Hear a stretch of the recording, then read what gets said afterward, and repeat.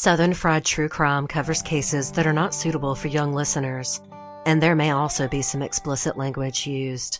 Listener discretion is advised.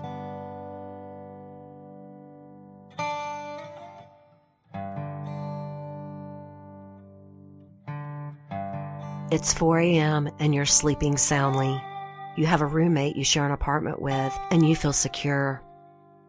But you're awoken by a noise and realize someone's in your room. You scream, but he's got a knife and starts stabbing you. Though you fight, you're stabbed viciously, over and over in your face, chest, arms, and hands. Finally, your assailant flees, running out the back door, and you, bleeding out your life's blood, crawl out the front door and start desperately knocking on your neighbors' doors for help. No one answers. You're fading. You collapse at the bottom of the stairwell as you feel your life slipping away. I just described a nightmare, one most of us have had. But this really is how a young woman was murdered. Johnia Berry was a student at UT Knoxville in December of 2004, and she fought for her life and then fought to get help, dying inches from the exit to her building. But her death would not be in vain. The Johnia Berry Act of 2007 means anyone arrested for a felony in Tennessee is automatically swabbed for DNA. Welcome to episode 47, The Life, Death, and Legacy of Johnia Berry. Johnia Hope Berry was born August 26, 1983 in Bristol, Tennessee. Bristol is a mid-sized town of about 27,000 that sits on the northeastern corner of Tennessee, right at the border to Virginia. Bristol, Virginia is its twin city, and they share a border which runs along State Street in their common downtown district. Bristol, Tennessee is probably most famous for being the birthplace of country music. I know you probably thought that was Nashville, but actually the first commercial recordings of country music were recorded in Bristol, featuring Jimmie Rodgers and the Carter family in 1927. That would be June Carter Cash's family. She was a second-generation performer within the Carter family. It's also the birthplace of country singer and television host Tennessee Ernie Ford. Every year, during the third week of September, there's a music festival called Bristol Rhythm and Roots Reunion. It's held downtown where Tennessee and Virginia meet, celebrating the heritage of the birthplace of country music. But if you're not a country music fan, maybe you're into NASCAR. Bristol is also home to one of the most well-known motorsports facilities in the country, the Bristol Motor Speedway, a NASCAR short track. Even though the oval track is less than 1 mile, it's one of the most popular tracks on the schedule. That's due to its extremely steep banking, an all-concrete surface, 2 pit roads, and stadium seating that holds 162,000 people. It's also been named one of the loudest of the NASCAR tracks. Bristol is a beautiful place, with cooler temperatures in the fall than the rest of Tennessee due to its elevation. It's situated on the Blue Ridge Mountain Range, part of the larger Appalachian Mountain Range. It's also a lovely place to grow up. Johnia Berry lived there with her parents, Joan and Michael Berry.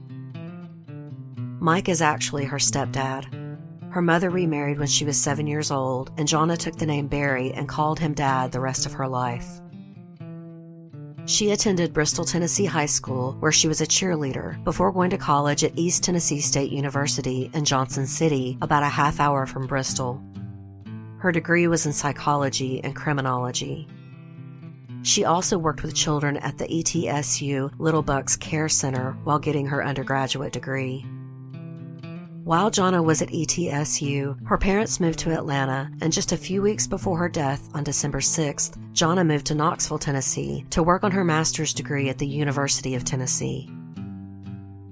She studied psychology and eventually wanted to earn her doctorate and work with children.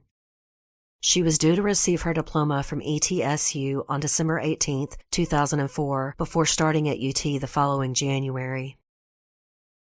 Johnia was a very beautiful young woman, with blonde hair and a 1,000-watt smile. Her friends and family remember her as a sweet, smart, vivacious, hardworking, and extremely generous girl. She was cheerful and loving and had many friends. She worked for Peninsula Hospital with teenagers and had taken a holiday job for extra money at Zell's Jewelers in Knoxville at the time of her death. One of her college friends wrote to me and told me that she was absolutely magnetic. As a Southern sorority girl, Johnia obviously wasn't shy, but she was particularly effervescent. This friend told me about a college party she attended with Johnia and their boyfriends. Sometime that evening, they started to notice that everyone at the party seemed to follow Johnia around. Her friends decided to play a little social experiment game. Her female friend broke off from the group and went into the living room while the party was going on in the kitchen. Shortly after, Johnia came in and asked her if everything was okay. Next thing she knew, the whole house had followed her into the living room. She was that girl. The girl everyone wanted to be and every guy wanted to date. And she already had a steady boyfriend. By graduation, she and Jason White were engaged. As she left for Knoxville, he moved to Minnesota to attend law school. And while the distance was tough, they were determined to make it work. Jason said they spoke every night on the phone, and Johnia liked for him to talk to her until she fell asleep. Though she was planning to get her own place, she was temporarily rooming with an old college friend from ETSU. Jason A. Mommy had an extra room and was happy to help. Johnia's mother later said she spent the night there, wanting to be sure her daughter was safe, and she liked the building, the area, and Jason. Johnia had a bright future ahead of her. She was planning her graduation and wedding. She was 21 years old and on top of the world. And then it was all snatched away from her. On Sunday evening, December 5th, 2004, Johnia Berry was trying to talk her co-workers from Zell's into going out for a few drinks. They were walking to their cars together per company policy. It was a cold, rainy, and dreary night, yet Johnia was still her cheerful self. But her friends said they were tired and declined. So the ladies branched off and Johnia walked to her prized Chrysler Sebring convertible car. Since her friends didn't want to go out, she headed to Walgreens to do some early Christmas shopping. She chatted with her mom on her cell phone while she was shopping. Her mom told her to get home and get some rest, and Johnia assured her that she was checking out and going straight home. When her roommate, Jason A. Mommy, got home around 10 or 10:30 p.m., he found Johnia sitting in the floor, wrapping the Christmas gifts she had bought.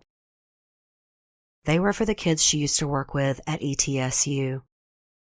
He said they chatted for a little while, and then she went to bed. Her fiancé, Jason White, said that she called him as usual. They hung up sometime after 11 p.m. Her roommate said he watched TV for a while in his own room, falling asleep around midnight. At around 4 a.m., her roommate woke suddenly when he heard screams. He later said he at first thought Johnia was having a nightmare. But he jerked open his door and saw a man backing out of Johnia's room. The man turned and saw Jason and pushed him back into his room and onto his bed. He had a knife and attacked Jason, who fought back. Jason wound up with 8 stab wounds, most of which the police later called superficial. He had one really deep stab wound on his ring finger of his right hand. I saw an early interview with a detective who said it could have been a defensive or offensive wound. Jason A. Mommy later said that in the dim blue light from his television, he saw a man he described as about 5 foot 8 inches tall, with dark blonde hair and almond-shaped eyes. He said the man kept saying, "Be quiet and shut up." As Jason fought the assailant, he finally pushed him enough to get around him and through his bedroom door. He then ran out the front door and went to the apartment complex next door first, knocking on a door for help, but no one answered. So he ran a half-mile down the road to a convenience store and got the clerk to call 911. He specified that his roommate had been screaming in the apartment and needed help too. Police and ambulances were called to the convenience store and his and Johnia's apartment complex. Johnia was found just inside the front door, a shared entrance with 5 other apartments.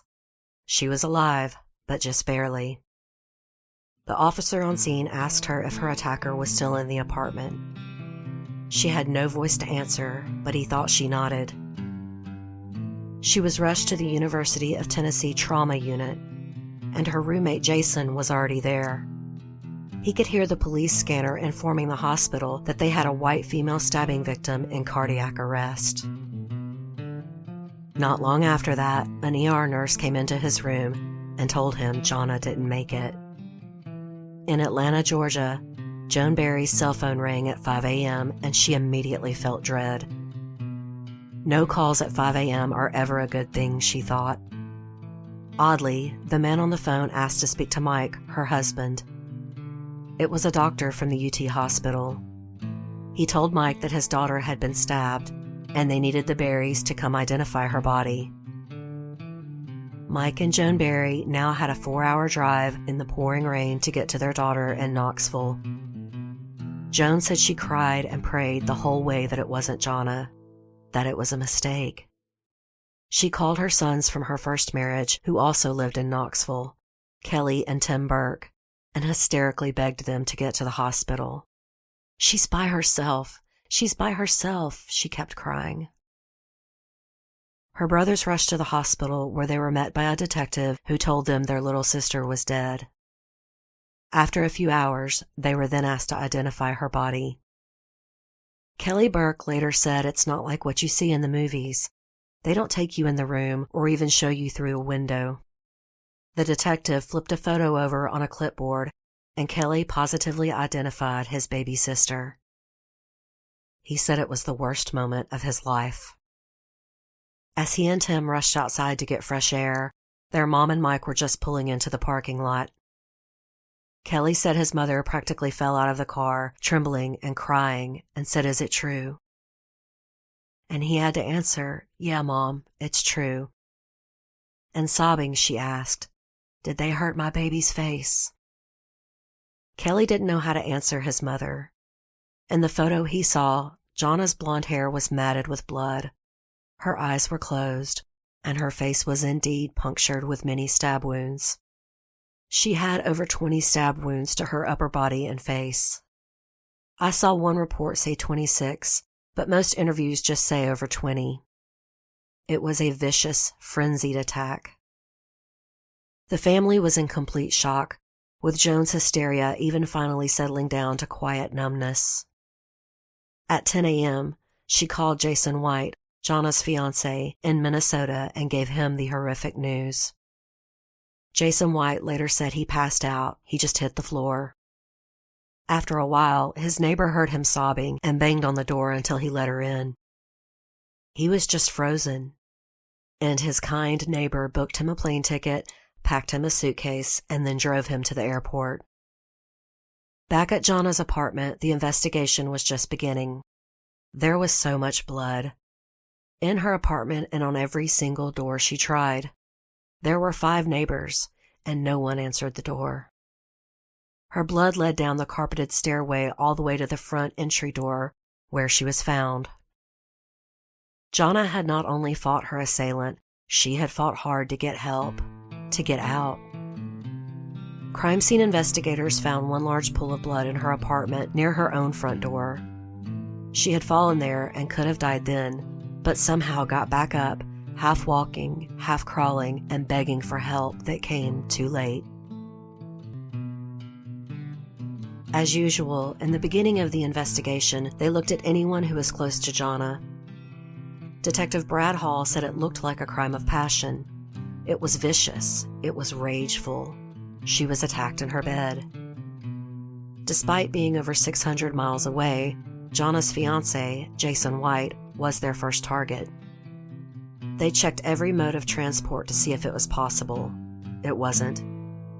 Phone records backed up his story on when he last talked to Johnia, and there was absolutely no evidence he had traveled to Tennessee.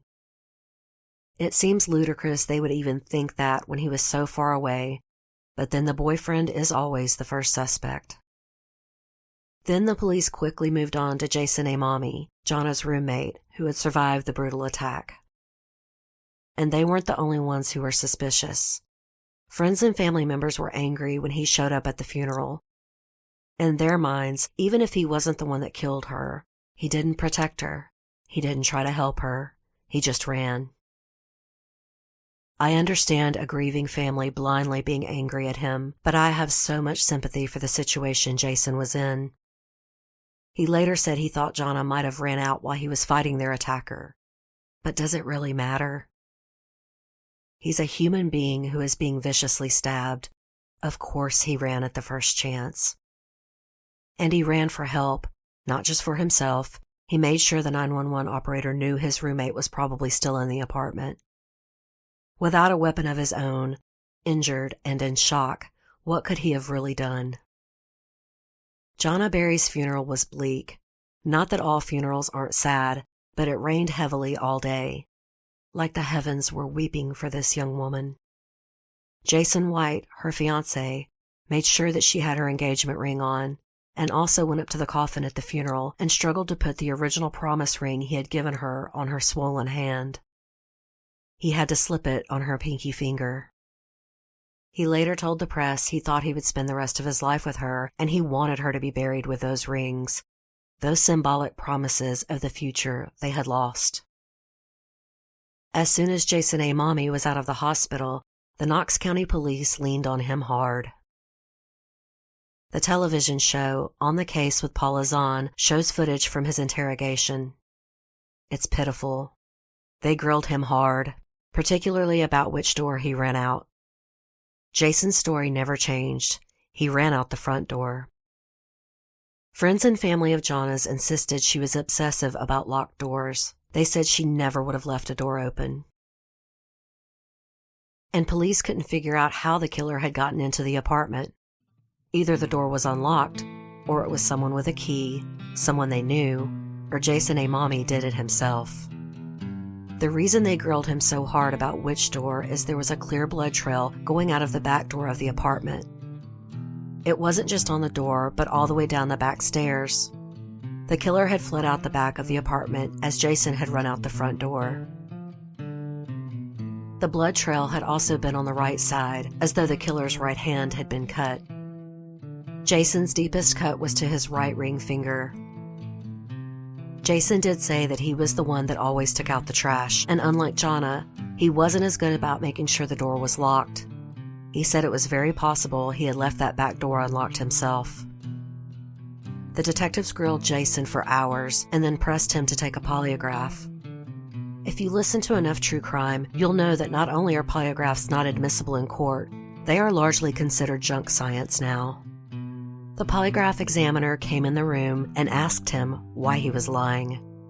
He told him that he had failed the test. Jason Amami became almost hysterical at this. He stood up shouting, "I don't care what it says. I didn't have anything to do with it. I was attacked. You've got to be fucking kidding me." It is sincerely painful to watch. Maybe it's because I have the hindsight of knowing Jason was innocent. But it was so obvious he was horrified to think the police believed he had anything to do with this. They didn't just believe he had done it. They had tunnel vision at this point.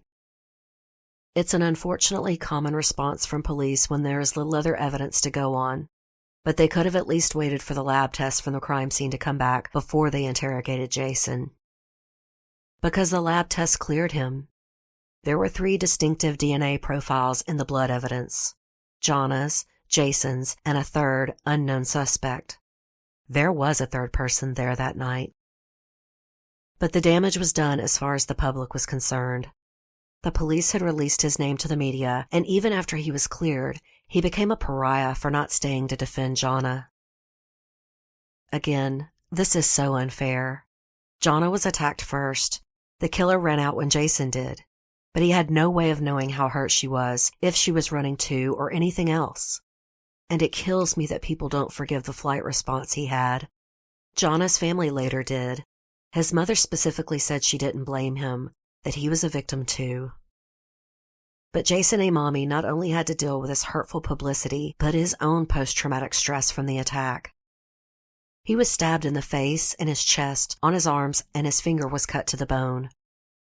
It took years for him to speak publicly about the matter, and when he did, it was online. He has refused all interviews. What he wrote online is heartbreaking.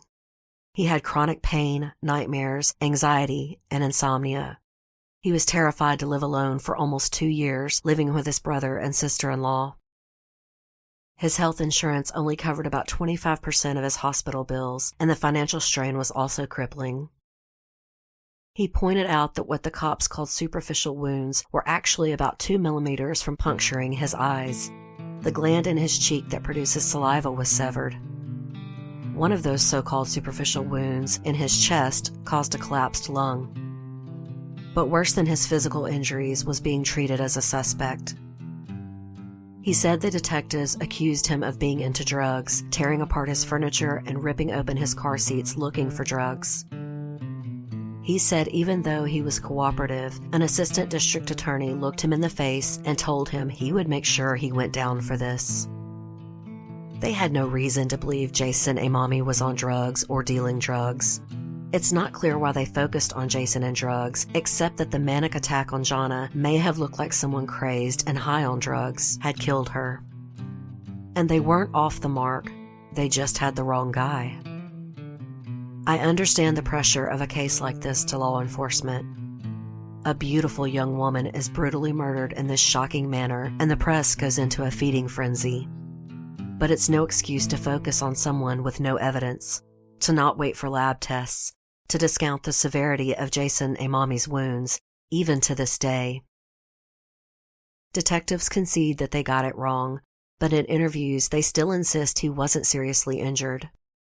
No, his injuries were not life-threatening, but he was a grown man, much larger and stronger than Johnia, and he had the chance to fight back.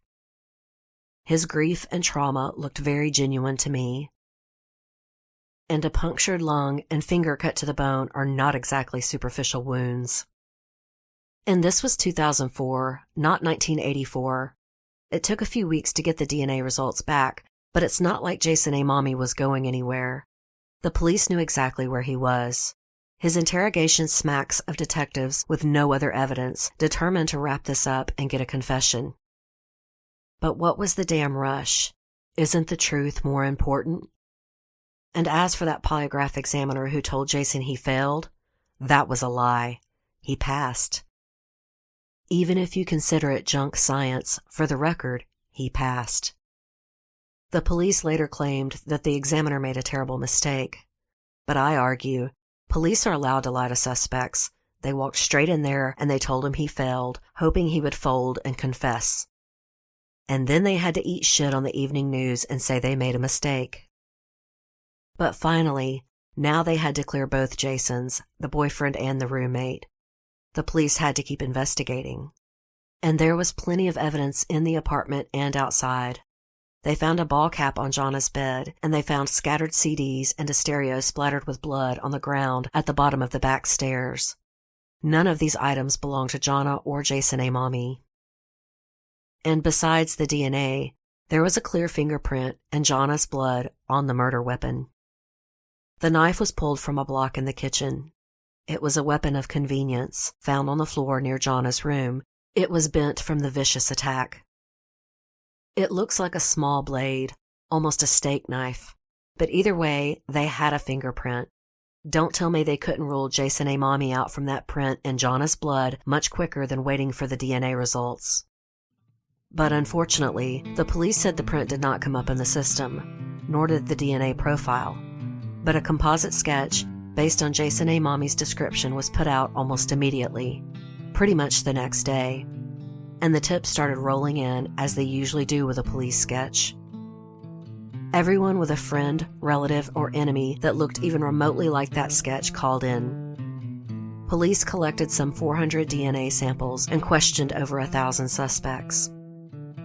One guy, who seemed to have great knowledge of the crime scene, came in and confessed. He wound up being your typical attention seeker, but he was the first suspect since Johnia's roommate. Almost immediately, there was a reward for information about Johnia's killer. But by December of 2005, the reward had risen to $60,000 when Governor Phil Bredesen donated $25,000 to the cause. Everyone wanted justice for Johnia. Her case was widely publicized in Tennessee. But so far, the reward and publicity had not yet yielded any new information on the case. So Johnia's case went cold for a while. Her apartment complex, the Brendan Park Apartments, had quickly replaced the bloodstained carpet, repainted, and then distributed notices to residents that Johnia's death was the result of domestic violence. They even released this announcement to the press, further fueling the hate aimed at the innocent Jason A. Mommy. The Berrys were furious about this false claim. First of all, Johnia's case was still an active investigation. They were frantically searching for her real killer, and the apartment owners just muddied the waters. And they were further upset that A. Mommy was still being blamed. Despite having been cleared by the police, Jason A. Mommy at this point had moved to Colorado to live with his brother to escape the intense press scrutiny. The Berry family also filed a civil lawsuit against the apartment for failure to protect Johnia Berry, insisting the building was not secure enough.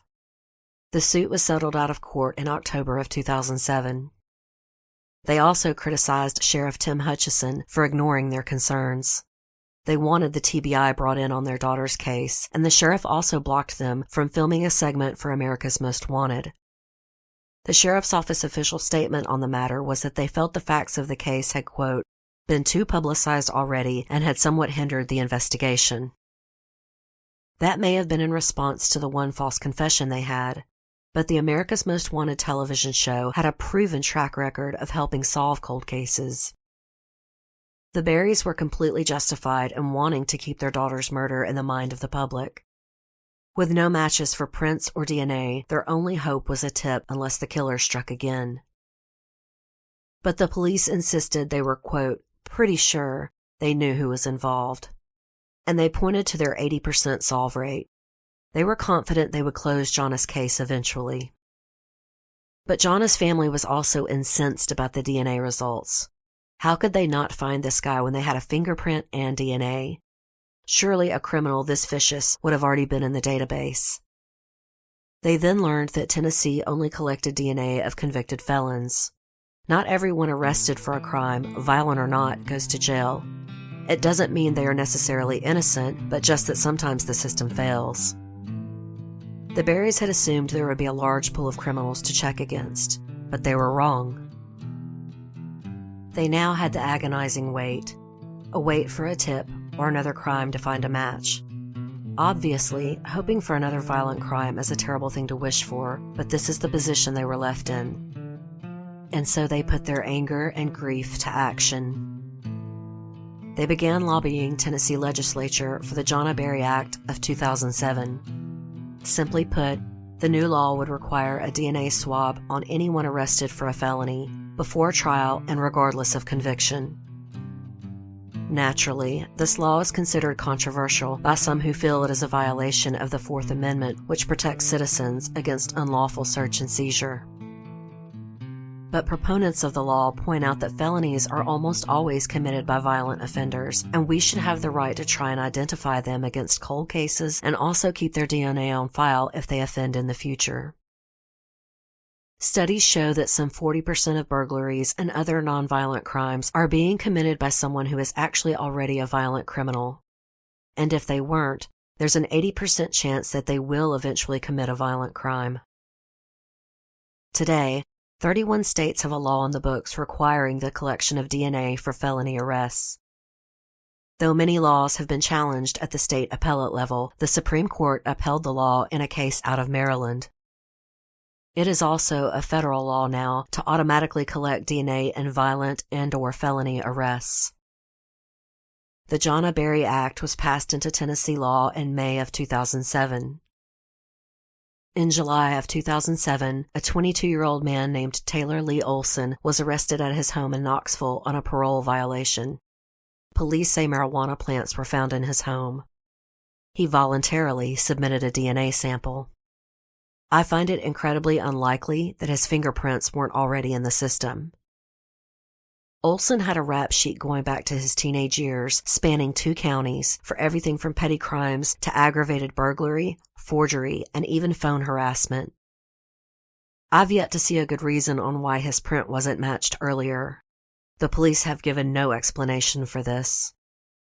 Further confusing matters, the police say a tip for Olson came in 5 months before he was arrested. They claim they were already looking at him.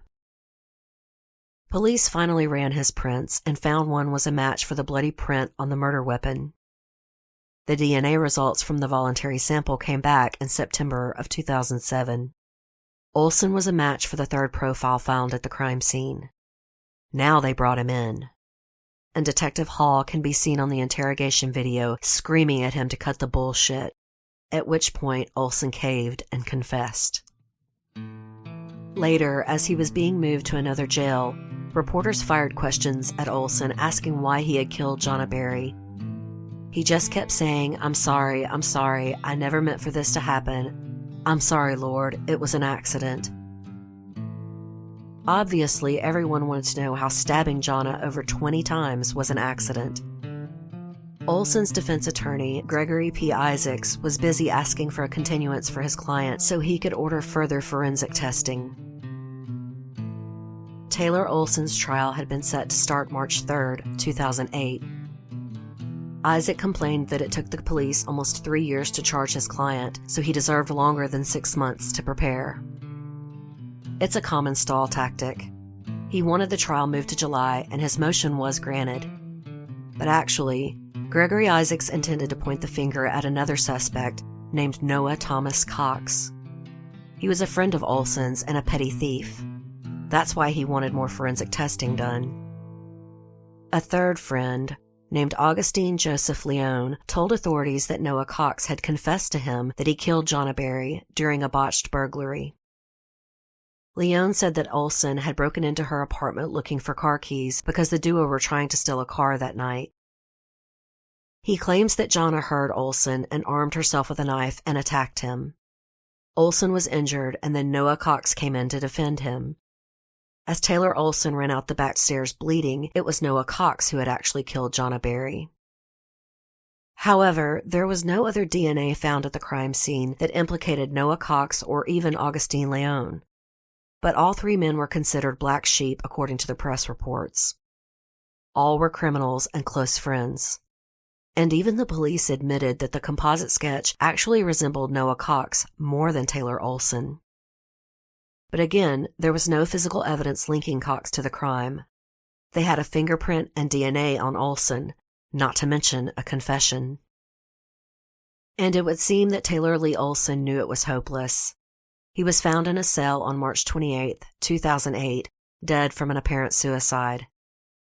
He had hung himself with bed sheets.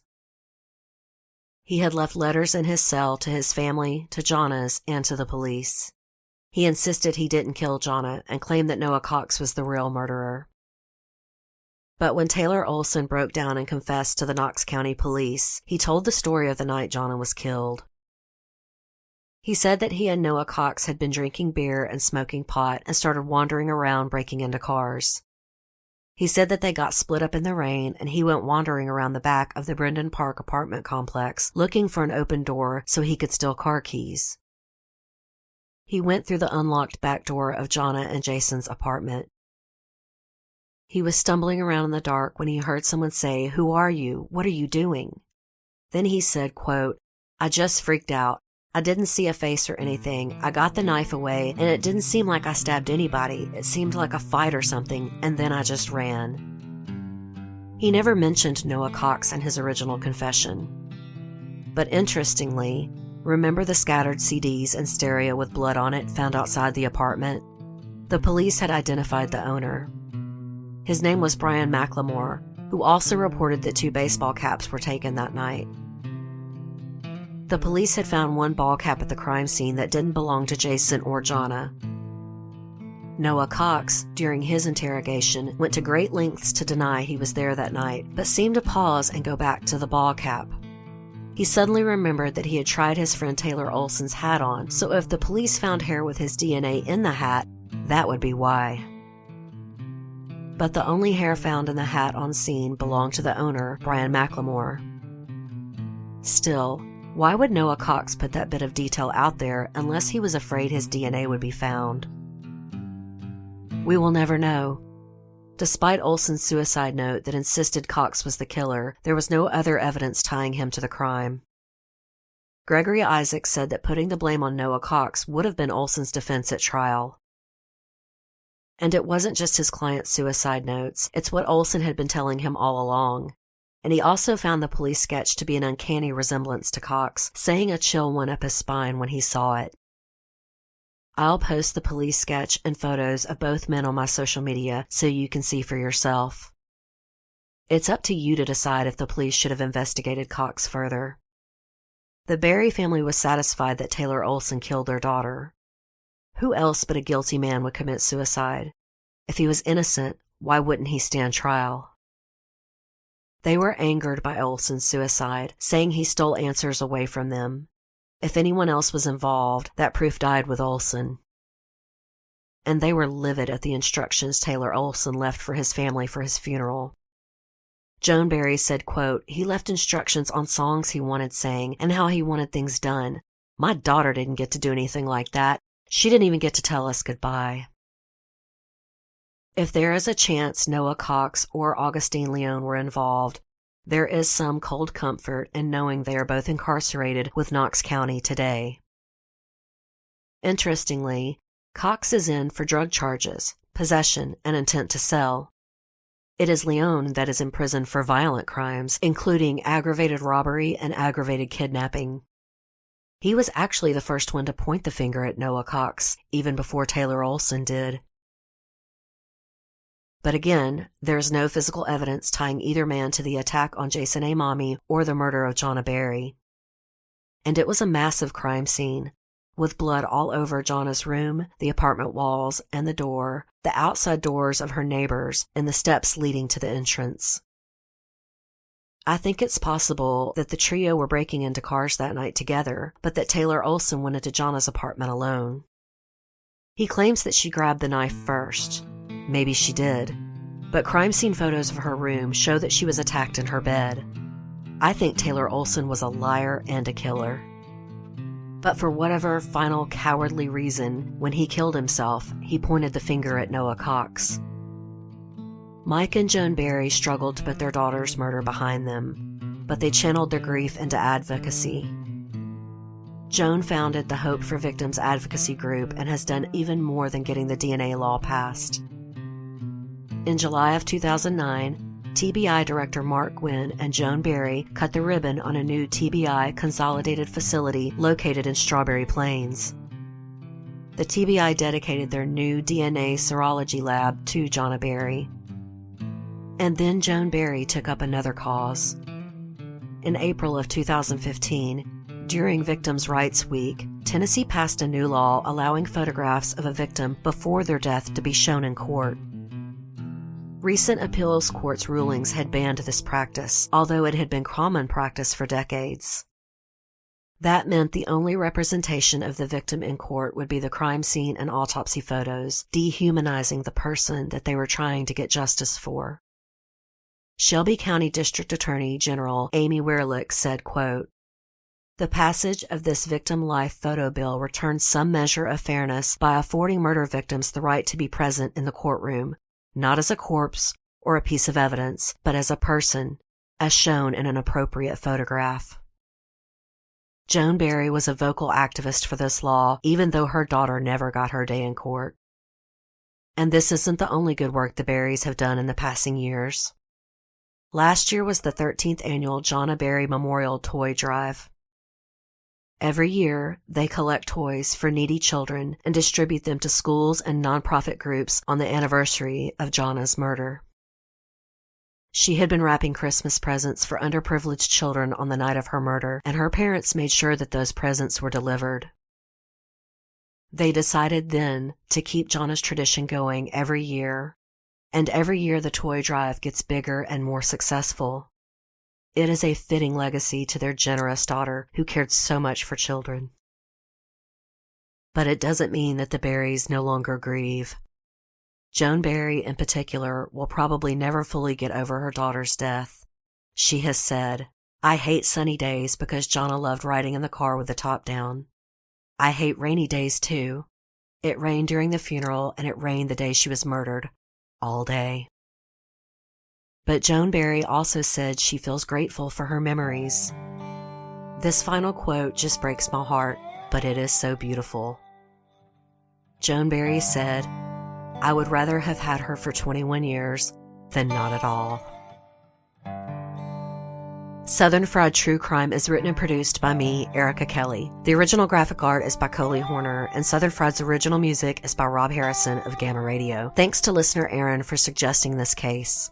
Guess what, y'all? I'll be back in CrimeCon this year in New Orleans. I really hope some of you can make the trip. I'd love to meet you, and I'm looking forward to seeing familiar faces from last year. It's June 7th through the 9th, and if you're interested in going, please use my promo code to purchase your ticket. It's Fried Crime 19. If you enjoyed today's show, don't forget to subscribe and please tell a friend or rate and review on iTunes. I'm on most large platforms like Stitcher and other podcatchers. If you're interested in supporting the show, please visit my website, southernfriedtruecrime.com. There is a link to my Patreon page. Patrons of Southern Fried enjoy many rewards like stickers, magnets, and t-shirts, as well as early ad-free listening to episodes.